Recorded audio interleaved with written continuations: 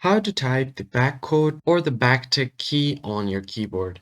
In this tutorial, I'm going to show you guys how you can easily type in the backquote. So let's just jump right in.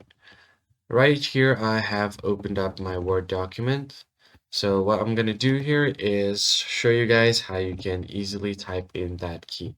So if I type something here, these are my normal keys. Now, the normal quotation mark looks something like this. So let me just increase its size. So normal quotation should look something like this. And if you close it, it will look like this. And double quotation will look something like this. But a backwards quotation or the backtick key is something like this. You can achieve this by tapping on the key that's right below your escape button on the top left of your keyboard. Let me just show you guys on my on-screen keyboard. So here is the key. Usually you'll find this key right here on the bottom side of the escape, but here on the on-screen keyboard, it's right here. So if you press this, you'll get the backquote. It's right on the key with the tilde icon.